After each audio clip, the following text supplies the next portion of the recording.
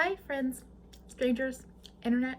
My name is Emily Hanhan and I love colorful makeup and colorful language.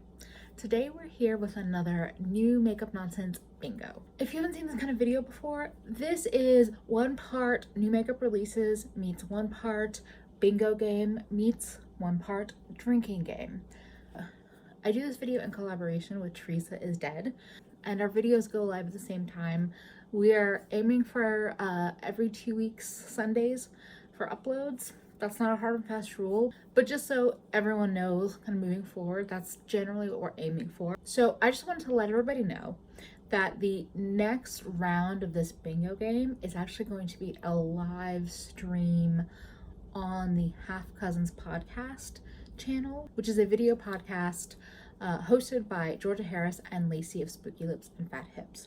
So Sunday night, October 13th, we'll be going live to play this game all together.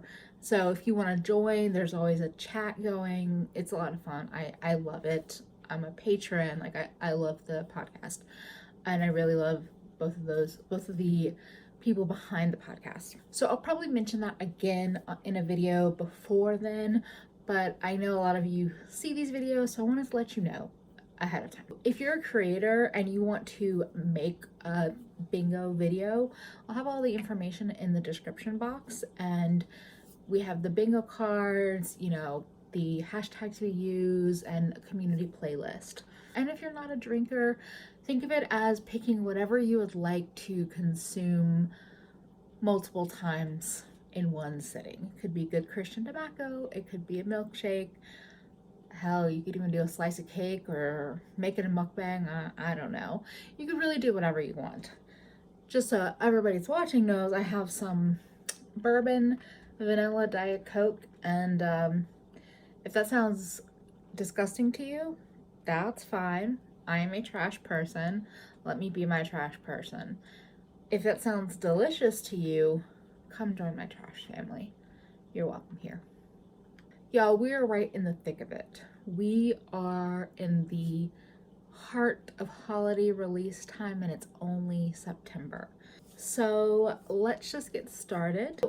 Our very first thing up is the Victoria Beckham Beauty brand, which is a brand new launch. This feels luxury, and I think it's priced as such. We have these eyeshadow bricks, which have 4 colors in them, but they're all one pan, so there's no dividing lines. Those are $54. We have some cream shadows.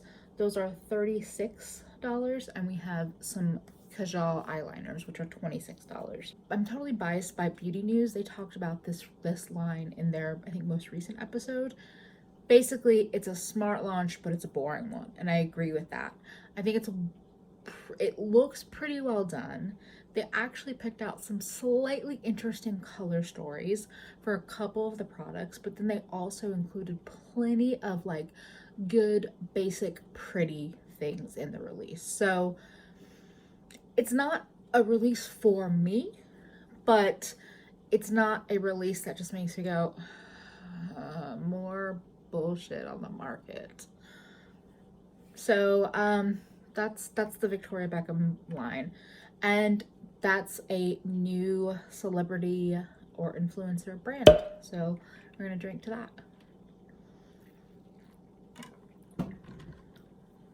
So the next release is actually a perfect example of the kind of release that makes me go, really? Do we really need that? It's this new NARS eyeshadow palette. It is a neutral palette. It has some kind of brick ready tones. I mean, but even the swatches on these look pretty sad. There's these like shimmery shades that kind of swatch like they're pressed glitters, and the last holiday palette that was already announced for NARS was like $59, so I'm assuming this is going to be around that same price point. There are a million options out there that are doing better at a range of price points, whether you want to go luxe and spend $59 or more, or you want to spend $12 to $20. Like, I just think there are so many options out there. the reds in that palette almost even remind me of some of the newest Colourpop neutral palettes that have had some red in them. It just doesn't do anything for me. It's a basic AF neutral palette. Oh, our random wheels coming in hot, giving me the Wet n Wild 40 palette. So this is a 40 eyeshadow palette released by Wet n Wild in celebration of their 40th anniversary, and it's $20.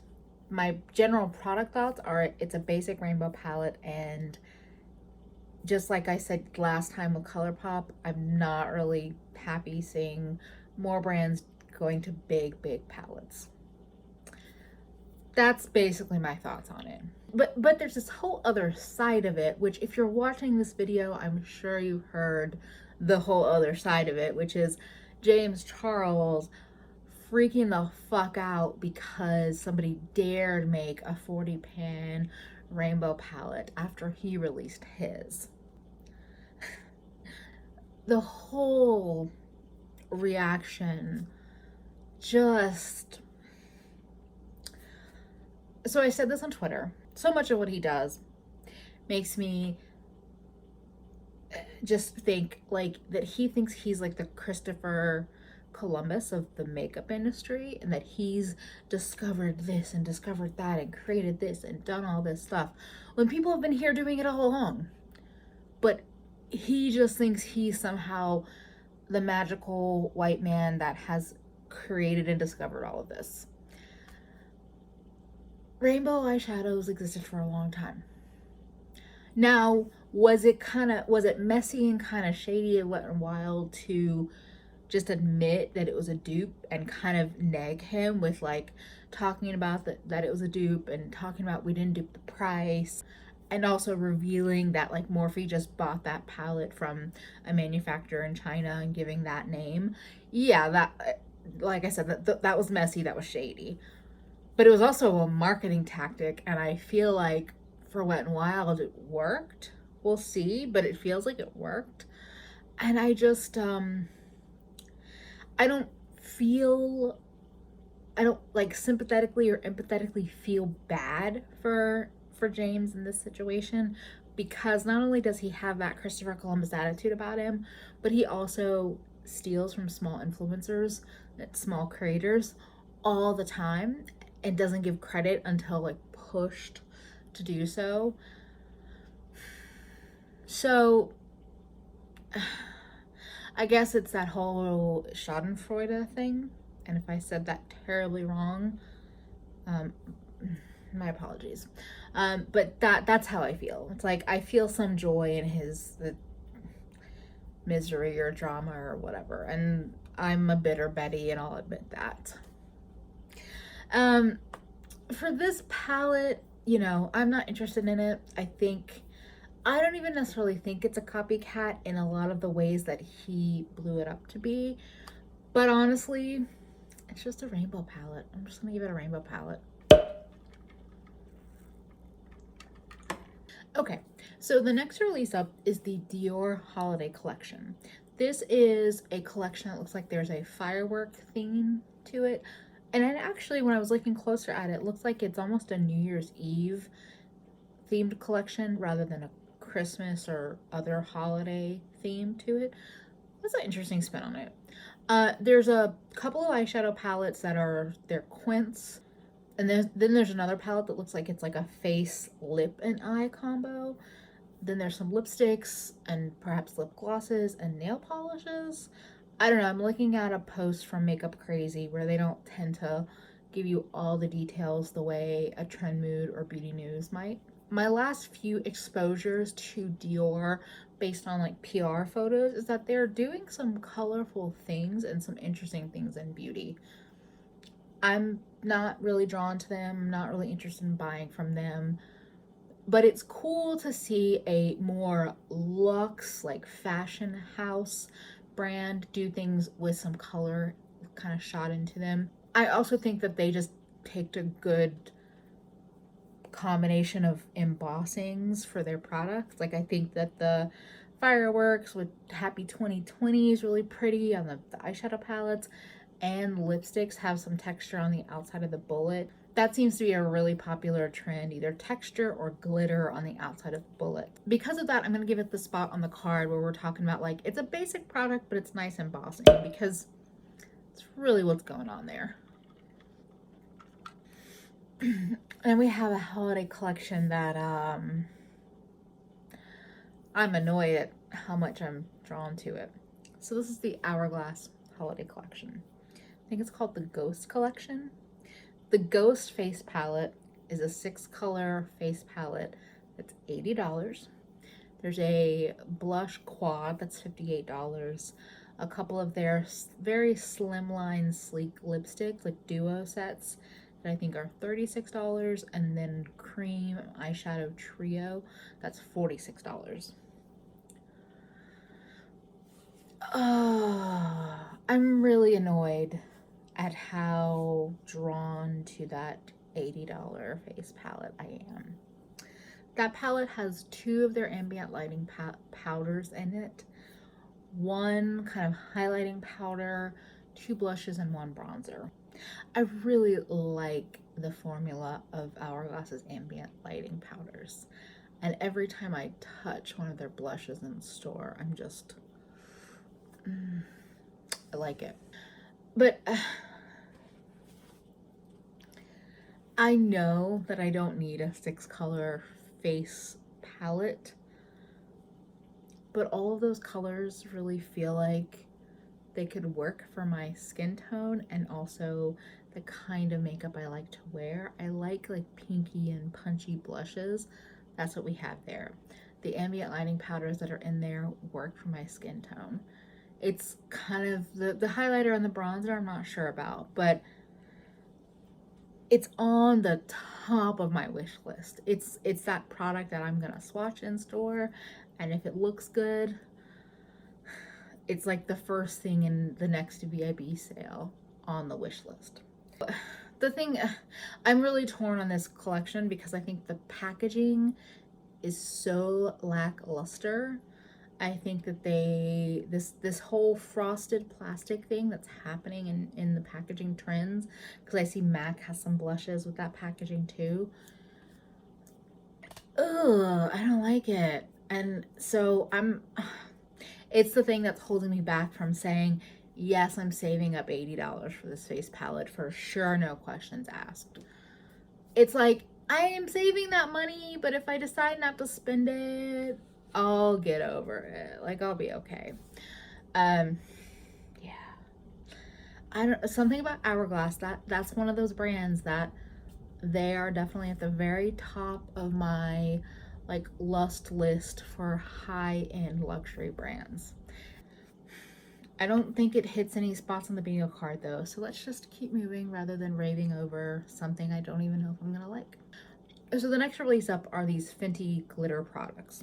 So we have the Diamond Balm 2. Diamond Balm is like a glitter. It never feels, when I've tried it on in Sephora, it never feels like sticky on my face. It's literally just like a pure glitter highlighter. This is the new one that looks like it has a pinky peach shift to it, which makes me want it instantly. And then the other products are this little tiny kabuki brush for $20, which seems way overpriced. And then some liquid glitter, which also, that's $28, and that's, it's the same. I feel about that the way I felt about last holiday with Fenty, where they released the puff ball full of shimmer glitter. I see what they're trying to do. They're trying to be fun and playful with their products, which I'm not against at all. And I think that they kind of make sense for, I would say, Rihanna's lifestyle. But the price point that they're selling them at and for what they do don't make any sense to me. Even the Diamond Balm, it's $38. I don't think I can spend that on glitter. Unless this is super special. But I think that's a pretty high price point for what it is. But I'm just not quite ready to shell out that kind of money for a glitter highlight. So the next release up is this Kat Von D Lolita Por Vida palette. It looks like a Colourpop palette. Honestly, like I know that there are people out there that get tired about like always bringing up why a brand is problematic, blah, blah, blah. Where I'm at with Kat Von D is that even if she wasn't problematic, there's been nothing that's come out that's interested me. And this palette is right there in the like, I have no interest in this. I don't even think this, like, it doesn't have like the warm or cool tone, like mauve tones that I think of when I think of Lolita, the lip color. And I know that there was the previous palette that was all mattes, but like, I wouldn't be mad about some overlap if this is a more dimensional and interesting palette, but I think it looks like Colourpop or MAC, maybe. It looks like some copycat. Having seen the pictures of like the outside and the inside, I would have almost thought that this was some kind of like knockoff, fake, you know, copy that somebody was trying to sell, because it just doesn't look like Kat Von D in the inside, so it doesn't connect with the outside to me. So the next release up is this really big holiday collection from Laura Mercier. My very first impressions is that this looks like a spring collection to me. There is millennial pink packaging, which I'm gonna go ahead and drink to that. Even the eyeshadow colors, they don't look interesting, and even the glimmery eyeshadow palette that's there doesn't look particularly holiday. It's a really big collection, and the price points are all pretty like mid-range to high end. Like there's one palette where it's like a face palette and an eye palette that can be connected together or separated. That's I think $120. There's the smaller eye palette that's $42. There's some of their eye caviar stick sets. Like it's a really extensive collection for the holidays. I'm not used to seeing them do such a big holiday collection, but maybe that's what they normally do. I don't know. I do think the illustrations they've done for the packaging are pretty, but again, they just don't read holiday in any way, shape, or form to me. There's something with Laura Mercier in particular that I feel like they're at a price point that just doesn't interest me. It doesn't read luxe and it doesn't read interesting. It's just kind of boring and overpriced. So I'm not drawn to almost anything they release. So the whole collection just doesn't really inspire me or, you know, encourage me to like go seek it out in store and see what it looks like. It could be stunning, but I just don't get that feel from the pictures that I saw. The next release is also another brand that just feels boring, but in a different way. This is the Balm Pedal to the Metal Cream eyeshadow palettes. They're releasing two different palettes, both with 8 shadows inside. They are $30 each. So the Balm's whole aesthetic is kind of retro, but then they feel like they're stuck in this time warp. To me, they're doing retro in a way that's not fresh or interesting. They're just retro. They're like your racist grandmother. She's stuck in the 50s. That doesn't mean we should keep, you know, she's stuck in the 50s. That doesn't mean we should laugh at all of her jokes. Like, the Balm reads that way to me. And not everybody might agree, and that's fine. But a cream eyeshadow palette that's not airtight, that could just dry out, just feels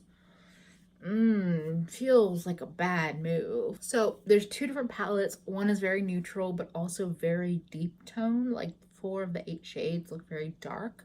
And the other one looks like it's kind of like jewel tones, but neutral with a pop of blue. So when I think of cream shadows, I think there are so many different textures and finishes that you could do. This palette looks like they're all the same texture, the same finish.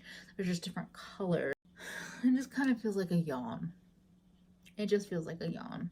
Giving this the Balm Release Neutral with a pop of blue, because when I look at the picture of the two palettes together, it's just like yawn blue, yawn. So next up we have this release from Colourpop. It looks like it's going by the name Pretty Fresh as like the line. There's a hyaluronic acid tinted moisturizer, a hyaluronic acid spray, and a hyaluronic acid primer. The tinted moisturizer is $12 and comes in 24 shades. The primer and the spray are both $10. I am happy to see this addition to their line. I don't need any base products right now, but if I watch reviews and it looks good, it's gonna go on my list of when I need something new. So I'm not mad at it. It's a 24 shade release. I don't know how great this actually gonna be. Like, we don't really know until you start, you know, working with the product. But I don't hate it. And for Colourpop, that's pretty good. That's a pretty good release for them, for me. So the next release up is the Smashbox Holiday Collection. This is the Cosmic Celebration collection. This is a pretty big collection. We have a gloss trio for $25. We have a photo finish star power primer set for $22. We have a planetary cheek palette for $29. We have 3 palette shooting star set that has 2 of the cover shot palettes and a cheek palette in there. We have a brush set that has like a whole celestial handles happening. We have an eyeshadow palette that looks kind of like a constellation in some ways. It's a pretty big collection. So I know it's not exactly the same as kind of what they were doing with the Hood Witch when they did that collection, but I feel like this feels like they took what they did with the Hood Witch and expanded on it and maybe made it better. And I feel like it's kind of shitty that rather than just doing like a really good, cool collaboration with the Hood Witch, they were like, we'll give you your collaboration and then we're gonna take your idea and we're gonna make it like better or more interesting. Now I know crystals and constellations are different, but some of what the Hood Witch does is kind of astrology themed, and constellations and astrology go hand in hand. So does it feel kind of like trendy and appropriate for what's popular right now? Yes. But it also kind of feels weird to me. If a cooler brand had done this, I would love to see what they do with it. But Smashbox, I just don't really care. I'm gonna give them the lip gloss section on the board. It wasn't a huge part of the release, but there were lip glosses there, so we're gonna do that. Speaking of a brand who I just don't really check for or have much interest in their makeup, Maui Beauty has collaborated with RuPaul. I scratch my head when I look at this collection. So I feel this way with a lot of people that I view as like big personalities with lots of style and lots of like panache, like Gaga, like Madonna, like RuPaul. When I think of any of those people doing a makeup collection or collaboration, I think of color and packaging that makes me go like, hot damn. And this whole collection just so it's a 18 pan eyeshadow palette for $40. There's a highlighter and rouge duo for $33. There's some eyeliner trios and lip sets and lip glosses and lip toppers. Everything is kind of named, very RuPaul-ish, very tongue-in-cheek. There's a face defender, which is supposedly Mali's like hero product, because it looks like it's silicone in a compact. I'm not really sure. But the whole thing, my standards are higher for RuPaul, I guess. But I also know that RuPaul is, I think, friends with the owner of Mali, so like it makes sense if I was gonna see a RuPaul collab come out anytime, that it would come out with Maui. To do like a half neutral, half kind of warm, colorful palette with some shimmery, glittery shades thrown in there, just, there's so much more. Even honestly, to only do one blush and highlighter duo also feels kind of lazy and like what's going on there. Yeah, not super impressed with that collaboration. Next up, we have another incredibly oversized holiday collection, this time from Tarte. You have your typical ridiculously packaged eyeshadow palette with drawers with things in it. You have another big eyeshadow palette that's probably in something that's like a book or big binder, chunky situation that nobody wants to store.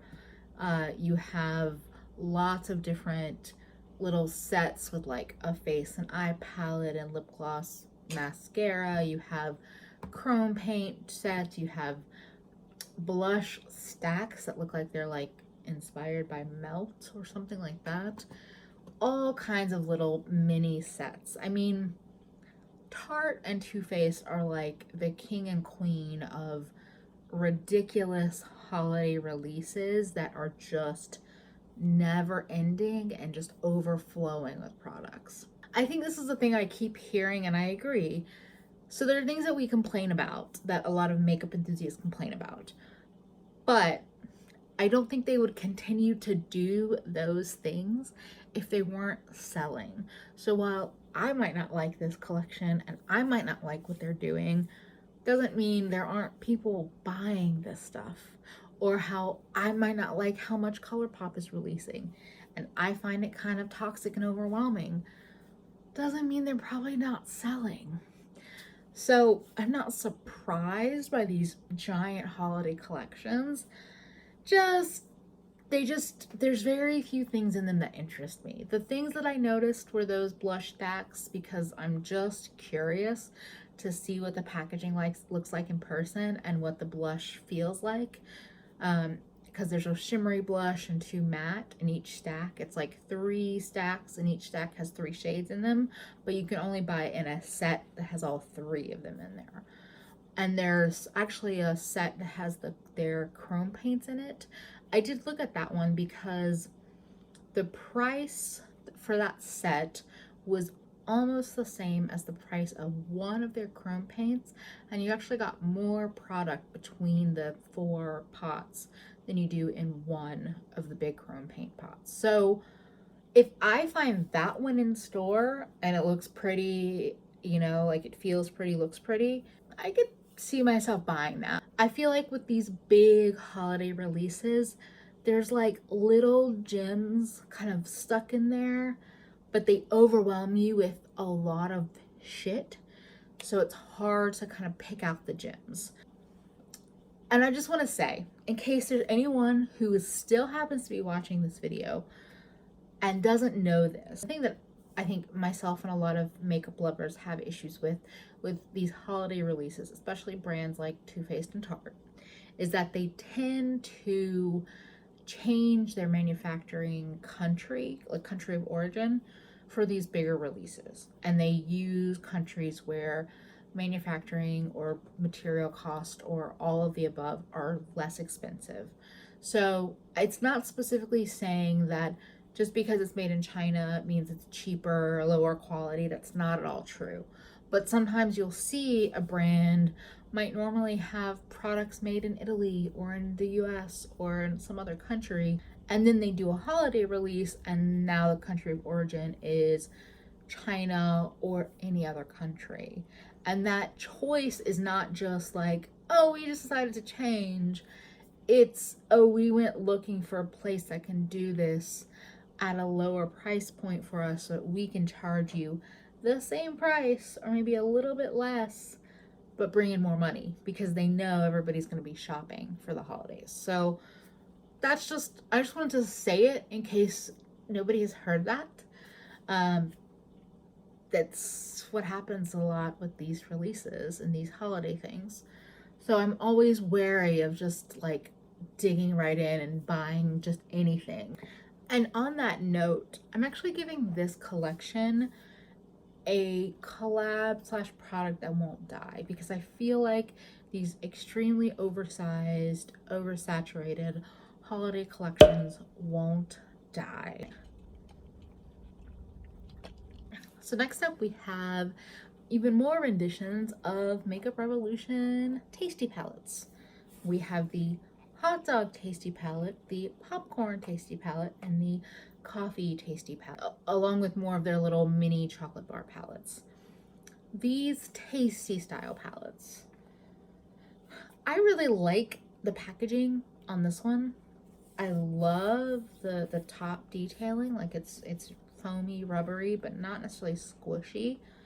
I think that the hot dog, the popcorn, and the coffee are all super cute, but I think the colors inside are lacking. The popcorn palette has one soft yellow, and the rest is like blues and neutrals. The hot dog palette kind of reminds me of either the chili or pizza palette they already came out with.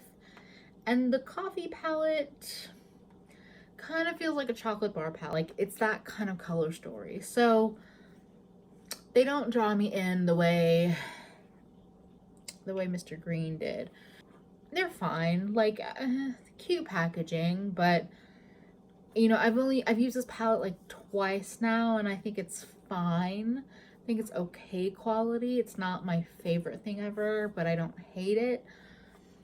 I'm not, you know, eager to go buy more Makeup Revolution palettes, but I'm paying more attention to them now than I was, I don't know, 6 months ago. So the next release we have up is the ABH Norvina 2 palette.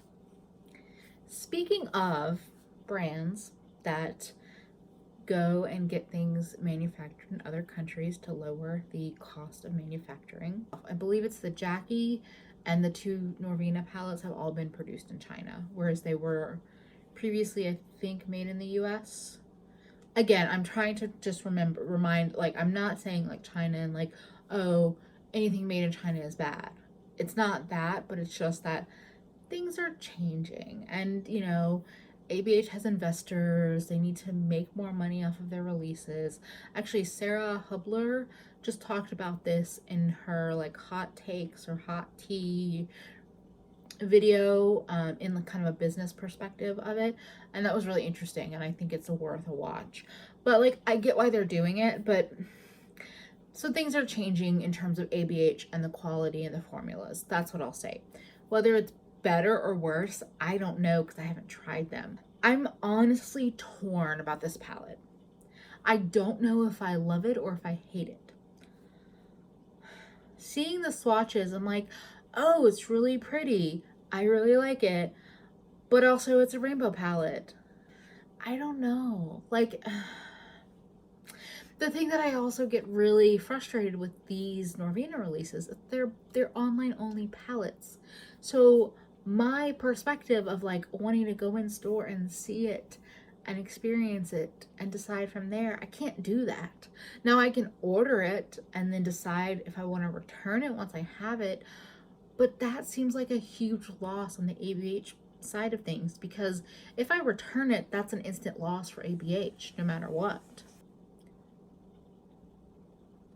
Oh, actually, according to Trend Mood, it might be in store September 26th through October 30th for something called Makeup Masters.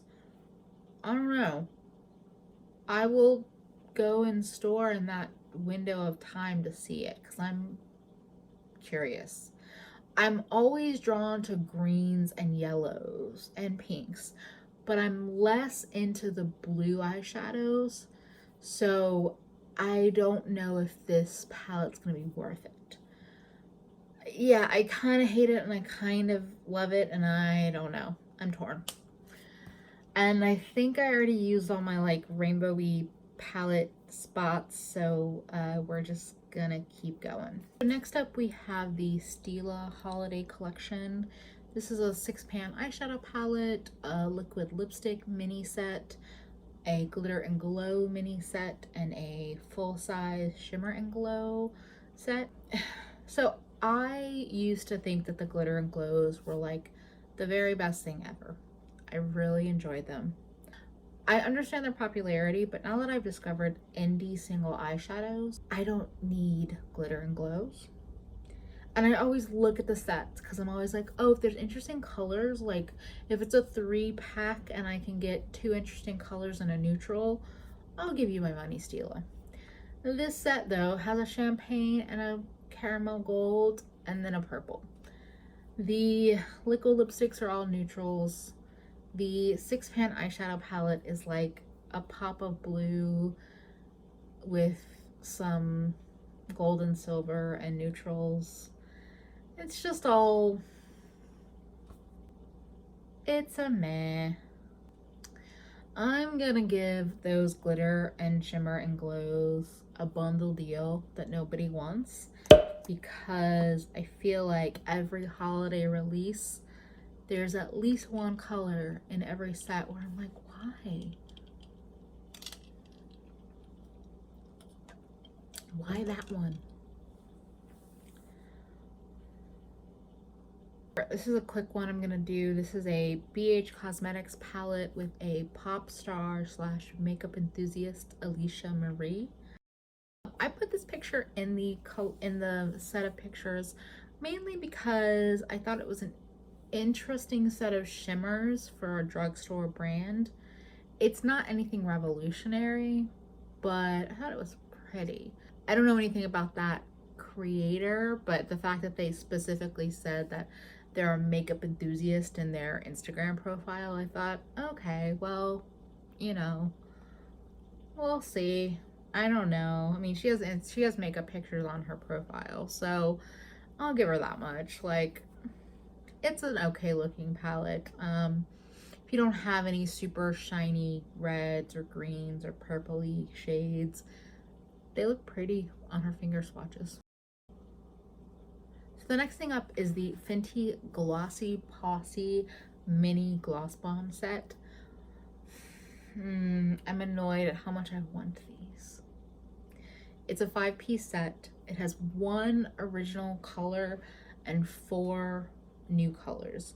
It has Fussy, which is the sheer shiny one gloss that has a little bit of a pink tone to it, and then there's a brighter pink, an orange, a hot chocolate, and a kind of glittery clear one that looks like it's probably similar to Diamond Milk, but maybe more colorful sparkles in there. I know I don't need $42 worth of mini glosses, but I really like the Fenty formula. It was like November of 2017. I bought the original gloss bomb and I used the whole thing up, and I had not been into glosses at all for many years before then. When I used it up, I decided, okay, you know, I have other glosses, there's other budget options, I'm gonna try to use them up, but I still think about the Fenty glosses, and I would love to try these colors, like actual colors.